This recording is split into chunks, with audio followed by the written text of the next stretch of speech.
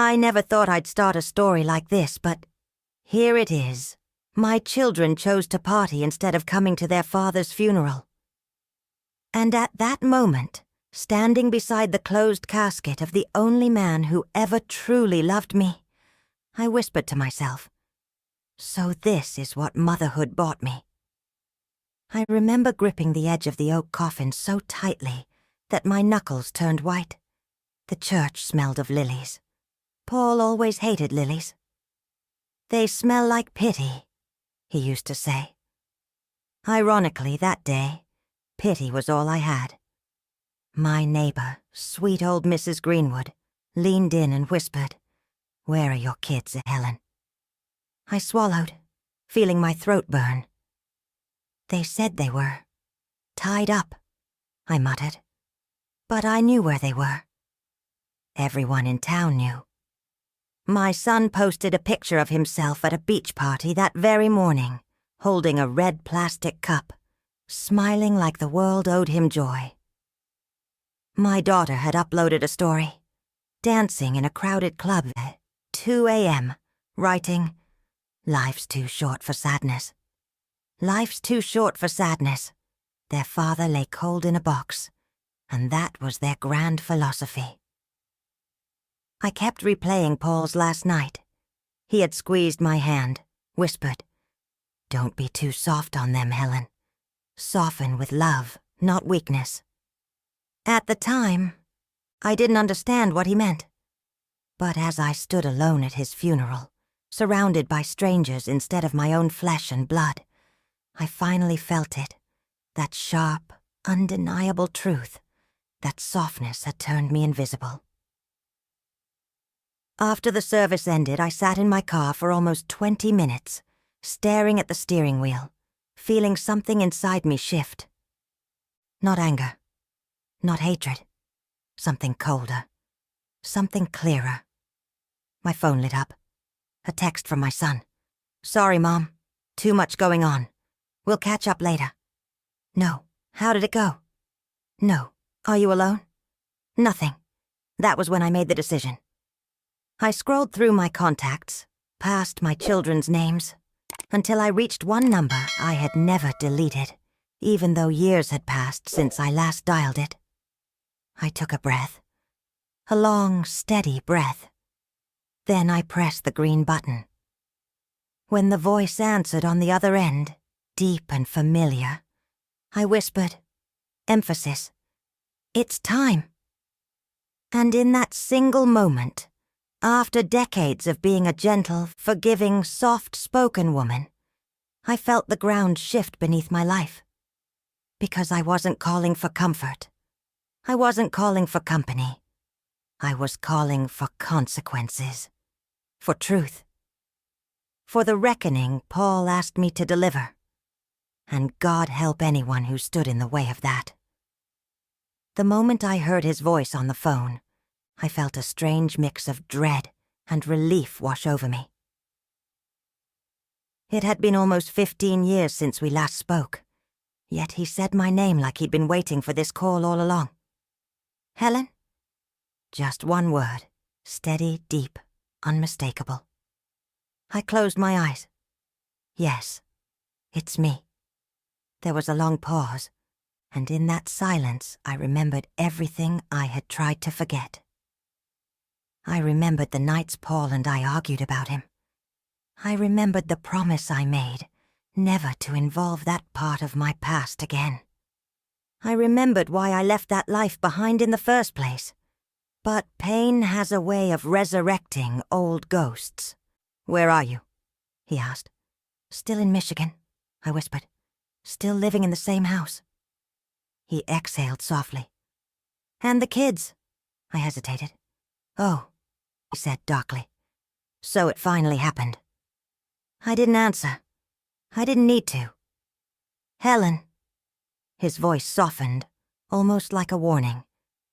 "If I come back into your life, it won't be gentle. Are you sure this is what you want?" I looked out at the empty church parking lot. Snow was starting to fall, tiny flakes landing on the windshield, melting instantly. Michigan winters always punished the soft first. I'm sure, I said. He let out a breath. All right, I'll fly in tomorrow morning. Tomorrow. It felt too soon, and not soon enough. After ending the call, I sat for a moment, letting the weight of what I had just done settle into my bones. The past had a way of tightening around me like cold air, sharp, biting, impossible to ignore. On the drive home, memories flooded in. He had once been my closest friend. Then my biggest mistake. Then the person Paul insisted I cut ties with, forever. His world is not our world, Paul used to say, and it will swallow the kids whole if you let it. Maybe that's why I always protected my children too much. Maybe I thought softness could keep them safe from the storm I once escaped. Now I was calling the storm back. When I reached home, the house felt even emptier than the church. I sat at the kitchen table staring at the family photos on the wall. The kids laughing at birthdays, Paul grilling in the backyard, me holding newborn faces with exhausted joy. Where had we gone wrong? Where had I gone wrong? My phone buzzed again. This time it was my daughter. Mom, can we talk later? I'm kinda busy. Busy. Again. Still. I looked at her message for a long moment before locking the phone. Tomorrow, the man I once trusted, and once feared, would be standing on my doorstep. And whether my children liked it or not, their lives were about to change. I barely slept that night. Every time I closed my eyes, I saw Paul's face, calm, trusting, asking me to stay strong in ways he never had the chance to explain. Then I saw the man I had just called, the one whose shadow used to stretch over entire chapters of my youth. By morning, my hands were trembling, though from fear or anticipation I'm still not sure. At exactly 9:14 a.m., the doorbell rang. No one rings a doorbell that confidently, unless they've already decided what comes next. I took a breath. Steady, steady. Then I opened the door. He stood there, older but unchanged. Tall, broad-shouldered, his presence filled the cold Michigan air like heat rising off asphalt in the summer.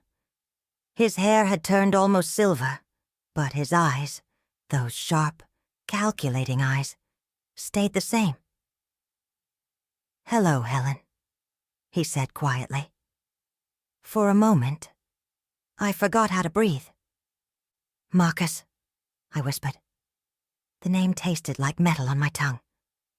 He glanced past me into the house. "May I come in?" I stepped aside, unsure whether I was letting in salvation or destruction.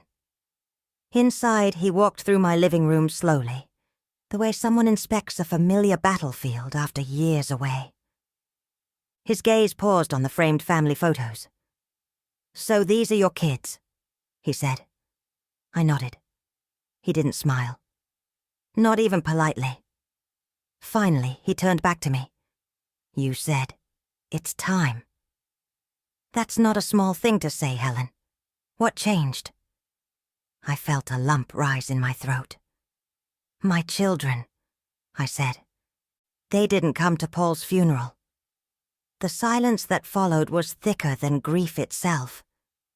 He studied my face carefully, as if searching for the lie I wished I could offer. When he didn't find one, his expression darkened. "So they've grown selfish," he said. "Ungrateful." I swallowed. I think I raised them too softly. Marcus moved closer, close enough that I could feel the heat of his presence. "You didn't call me to fix a parenting problem." He tilted his head. "You called me because you're done being invisible." My breath caught in my chest.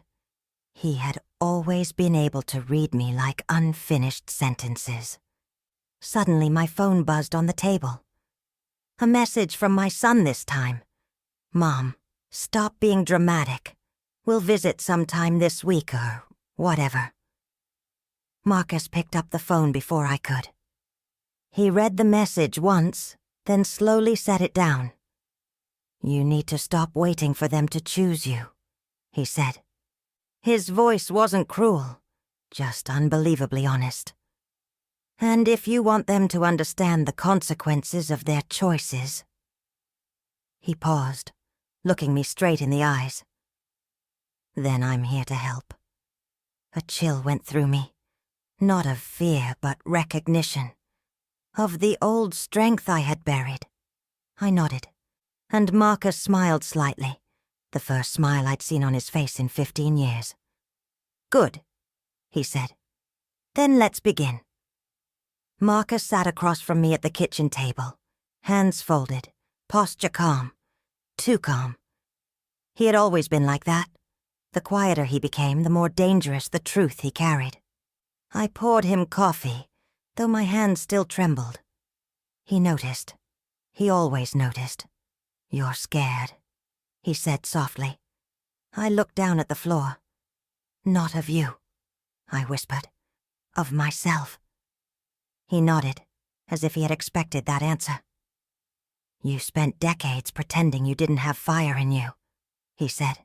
"But you do. You always did." We sat in silence for a moment, the house so quiet I could hear the refrigerator humming. Then Marcus leaned forward. "I'm not here to punish your children," he said. "I'm here to wake them up." I frowned. "Wake them up how?" He tapped the table lightly with one finger, a habit he'd had since his 30s whenever he was about to say something heavy. "By showing them the real cost of taking you for granted," he said. "Not through threats, not through shouting. Something far stronger." My heartbeat quickened. "And what's that?" He looked straight into my eyes. "Absence." The word hit me harder than any anger ever could have. "You've spent your whole life showing up," Marcus continued. "Birthdays, surgeries, heartbreaks, school events. You were their shield, their comfort, their safety net." He poured himself more coffee.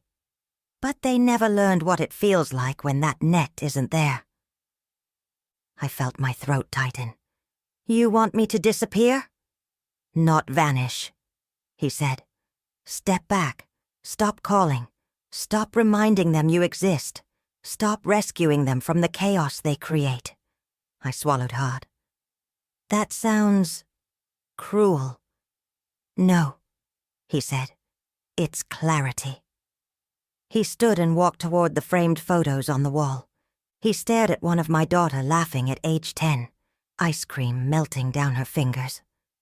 "Helen," he said without turning around. "Your children grew into adults who believe your love is automatic, guaranteed, endless. They think they can show up when they feel like it, and you'll always be here."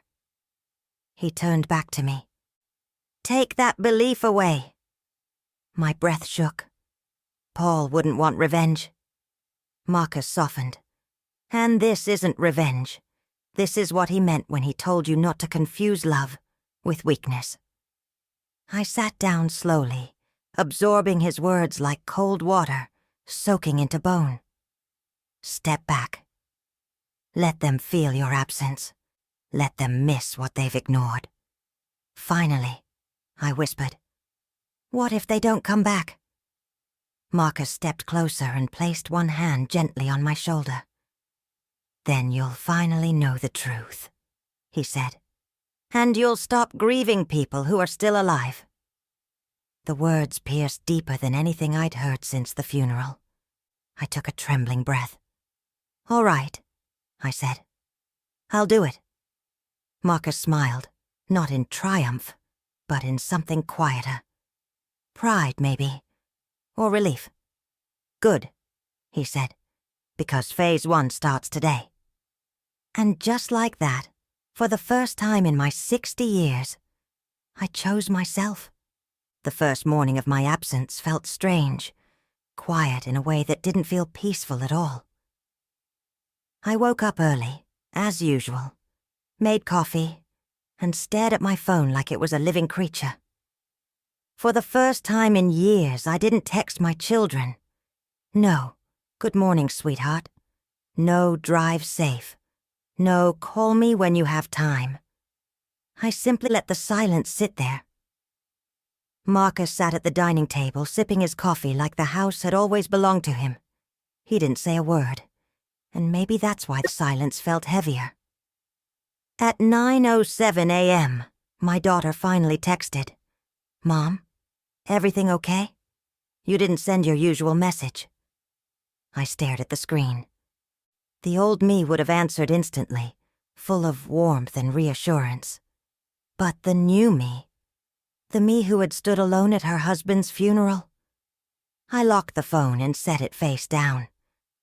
Marcus looked up, one eyebrow raised. "You okay?"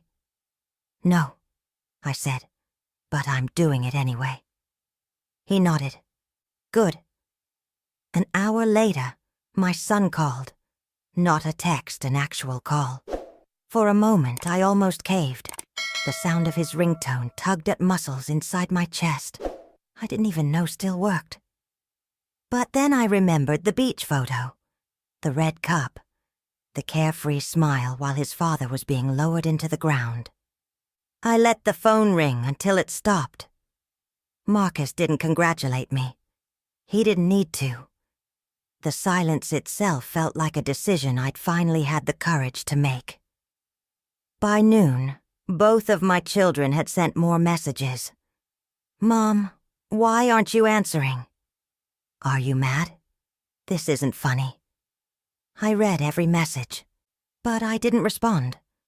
Instead, I opened the front door and stepped outside for some air. The Michigan winter hit me immediately, sharp and crisp, the kind of cold that made your lungs tighten. "I feel guilty," I whispered into the wind. Marcus joined me at the doorway. "That's because you spent your whole life fixing things for people who didn't lift a finger for you." He wasn't wrong, but it didn't make the guilt any softer. By evening, the tone of my children's messages had changed. My daughter, "Mom, please. I'm worried now. Just say something." My son, "Why are you ignoring us? Is this about the funeral?" The funeral. They finally said the word. I felt something break inside me, quietly, not painfully, more like a thread snapping. I typed one sentence. "We'll talk when you're ready to respect what matters." I stared at the message for a long moment, and then deleted it without sending. Instead, I turned off my phone entirely.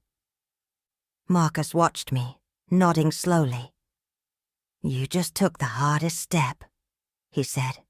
"Now they'll feel the shift." I sank into the couch, exhaling deeply. I'm scared of what comes next. Marcus leaned against the wall, arms crossed. "You should be," he said softly. Change always scares the ones who stayed quiet the longest. Time = 300 ms. For the first time in my life, the silence belonged to me, not to the people who ignored me. By the third day, the silence had shifted. What began as confusion turned into concern, and then into something far sharper. My daughter was the first to snap. At 10:32 a.m., a long message appeared the moment I turned my phone on. "Mom, I don't understand what you're doing. If this is some kind of emotional punishment, it's not fair. We're adults. We have lives. You can't expect us to drop everything all the time." I read it twice. The first time with sadness, the second time with clarity. Marcus stood behind me, reading over my shoulder. "She's not angry at your silence," he said. "She's angry that she can't control it." By noon, my son followed. "Mom, seriously? This is childish. If you're mad, just say it. Ignoring us is toxic." Toxic? That word sliced across my chest. The same son who once cried because he lost his lunch money. The same boy who used to hold my hand crossing the street. The same young man who refused to leave his girlfriend's birthday party to bury his own father. Now called me toxic. My hands tightened around the phone. Marcus gently took it from me. "Helen," he said quietly, "don't let their panic make you crawl back. This is part of the process." I sank into the armchair, rubbing my temples. I never wanted them to suffer. "They're not suffering," he replied. "They're being inconvenienced. There's a difference." He was right, and the truth of it burned. Later that afternoon, something unexpected happened. A knock at the door. Not forceful, not angry. Just hesitant. Marcus motioned for me to stay where I was. He opened the door only halfway. My daughter stood outside, wrapped in a thin jacket despite the snow. Her eyes were puffy, either from crying or lack of sleep. Maybe both. "I came to check on my mom," she said, trying to look past him into the house. "She's fine," Marcus replied calmly. She blinked, startled. "Who are you?" "A friend," he answered. "And she doesn't want visitors today." My daughter's mouth tightened. "She always wants visitors." "That," Marcus said, "is exactly the problem." Her breath hitched. "I don't understand what's happening. She's never shut me out like this." Marcus didn't move. "She's giving you space," he said. "The same space you took from her." My daughter stepped back, stung. "I didn't take anything from her." "Didn't you?" Marcus asked softly. She had no answer. Her shoulders sagged with a mixture of confusion and wounded pride. Then she whispered something I hadn't heard from her in years. "Tell her, I'm sorry if I did anything wrong." Marcus nodded but didn't call me forward. He closed the door gently. I sat frozen on the couch, tears slipping down my cheeks. "You didn't let me talk to her," I whispered. Marcus knelt down in front of me. "You're not ready yet," he said. "And neither is she. Let her sit with the discomfort. Let her feel your value." His voice lowered. "You've spent years apologizing for their behavior. Now let them apologize for yours." I wiped my cheeks slowly.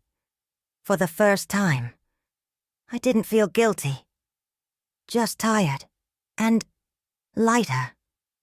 Something inside me was shifting. Something deep. Something long overdue. I never planned to call anyone that night.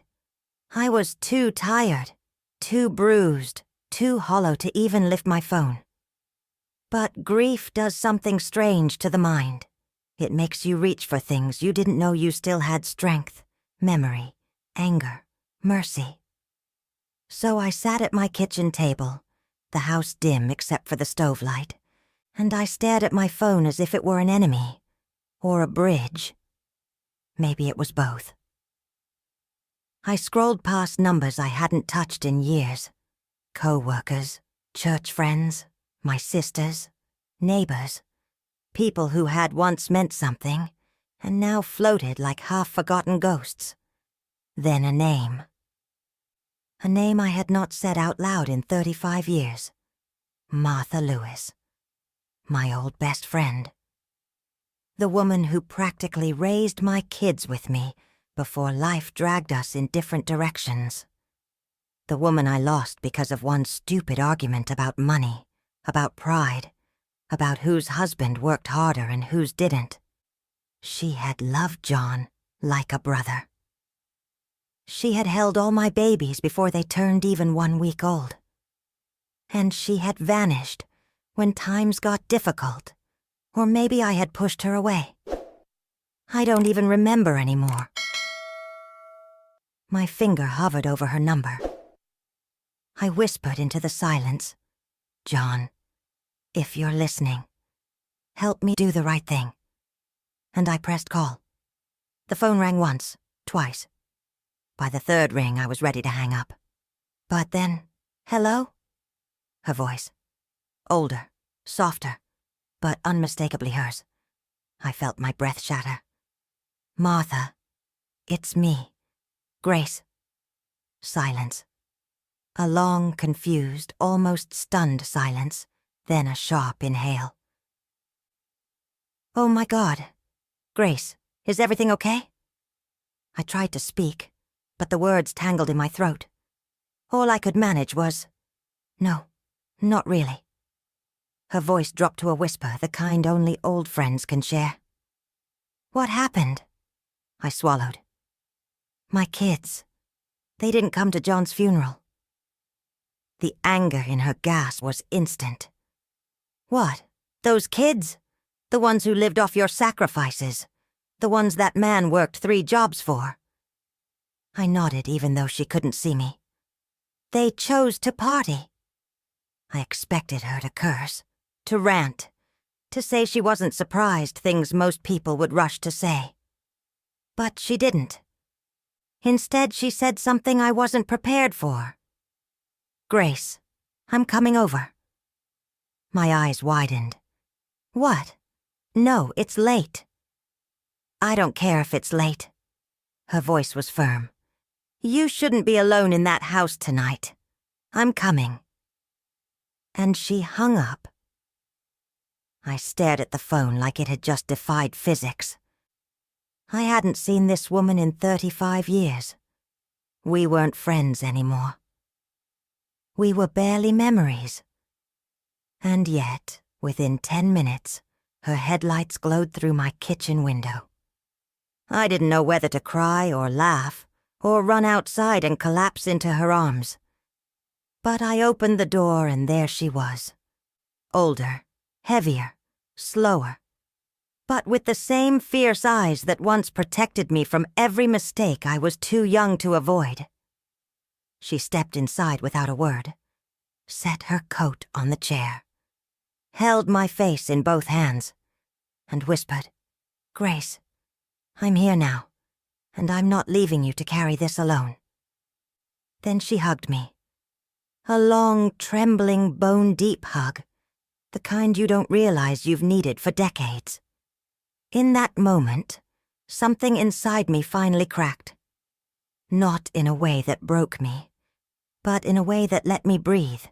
Martha was back, and I had just made the call that would change everything. The next morning, I woke up to silence again. But this time, it wasn't peaceful. It was tense, electric, like the air just before a storm hits. I poured my coffee and sat by the window, staring at the snow piling up in the driveway. My phone buzzed one message from my daughter. I didn't answer. Not yet. By 10 a.m., Marcus suggested we check the mailbox. Sometimes the first bite of consequence comes in the form of words written, not spoken, he said. I nodded, shivering despite the coffee. We walked outside. And there it was, a card, stamped and postmarked. I picked it up. The handwriting was familiar. My daughter's. I opened it carefully. Mom, I know you're upset. I didn't mean to hurt you. I thought you'd always be there. I didn't realize. The card ended there. Ellipses. Unfinished thoughts. Like a small apology trying to find its way. I felt something I hadn't felt in years. A tiny spark of power. A tiny spark of respect. That afternoon, my son tried to text again. Mom, are you really going to ignore us? This isn't fair. I didn't respond. Instead, I placed my hand on the table and closed my eyes. I felt the shift within me. For decades, I had chased after their attention, tried to fix their mistakes, and soften the sharp edges of their selfishness. Now, they were the ones chasing, and I was the one standing still. Marcus watched quietly. "You see it, don't you?" he asked. "The power isn't in yelling. It isn't in scolding. It's in letting them feel what they've taken for granted." I nodded, the understanding hitting like ice water. "And if they fail to see it," I whispered, "then they learn eventually," he said. "Your presence is not a guarantee. Your absence is truth." By evening, theirs was a subtle change. My daughter called, her voice trembling. "Mom, I'm sorry. I'll do better." Her words were awkward, hesitant, but genuine. I didn't say a thing. I let her feel the weight of my silence. The weight of all those years she assumed I'd always show up. And when she hung up, I felt tears in my eyes. Not because I was sad, but because for the first time in decades, I was heard. Truly heard. My son texted a little later. "Mom, I get it now. I shouldn't have." And for the first time, they both understood the cost of taking me for granted. I sat back in my chair, sipping my coffee slowly, watching the snow fall. The storm had not come yet. But the calm, after the first lightning strike, it felt like victory. And Marcus, sitting silently across from me, simply nodded. "You've started the first consequence," he said. "And sometimes that's all it takes." The days following the first consequence were quiet.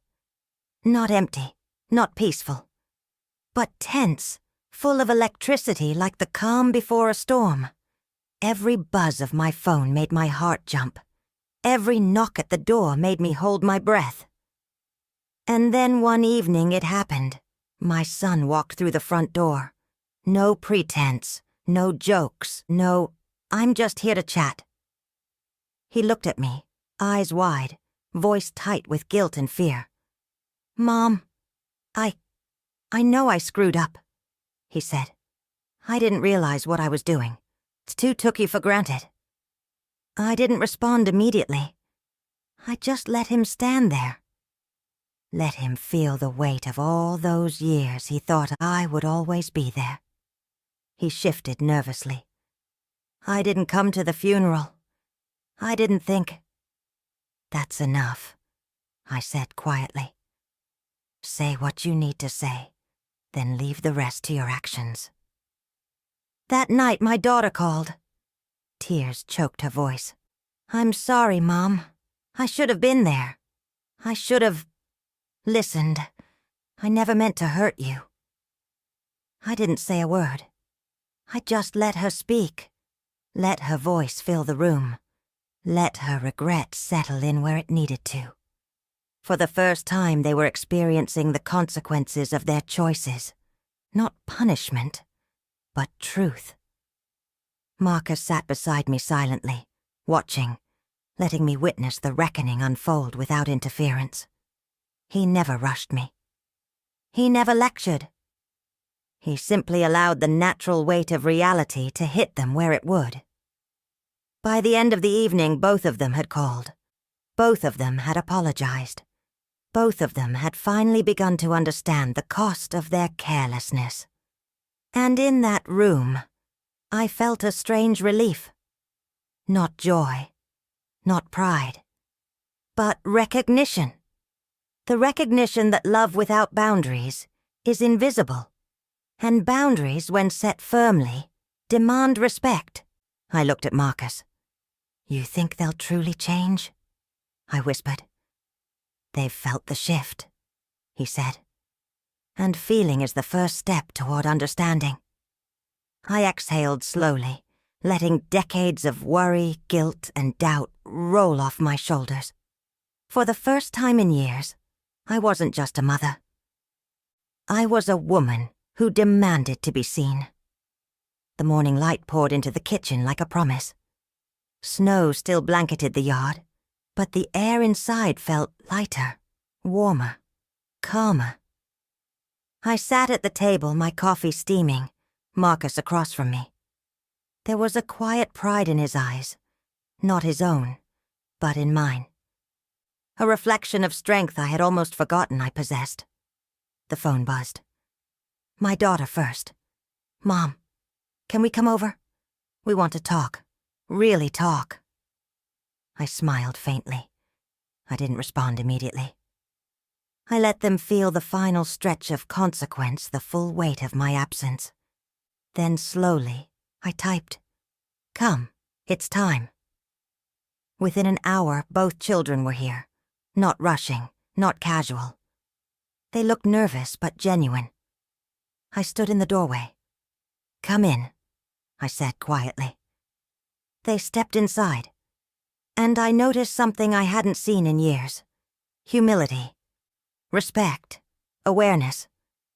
They weren't just my children anymore. They were individuals learning the weight of choices. My daughter reached out, holding my hand. "I'm sorry, Mom. For everything," she whispered. My son nodded, eyes glistening. I should have been there. I should have understood sooner. I let them speak. I let them stay uncomfortable for a few minutes longer than I had in decades. Because respect, once learned, is earned, not demanded. Mark watched quietly from the kitchen doorway. I didn't need his approval. But his presence reminded me I had done this the right way. By evening, the house felt whole again. Not perfect. Not exactly as it had been before. But restored. I looked at my children and saw not just guilt or apology, but a new understanding. The kind of understanding that changes relationships forever. I breathed in deeply. For the first time in a long time, I felt seen, heard, respected strong. Paul's memory filled the room, not as a shadow, but as a reminder of love, of boundaries, of the life we built together. And in that moment, I knew something fundamental. It wasn't just about teaching my children a lesson. It was about reclaiming myself, about standing firm, about being recognized as the woman I had always been, long before their mistakes, long before grief, long before silence. And for the first time in 60 years, I felt complete.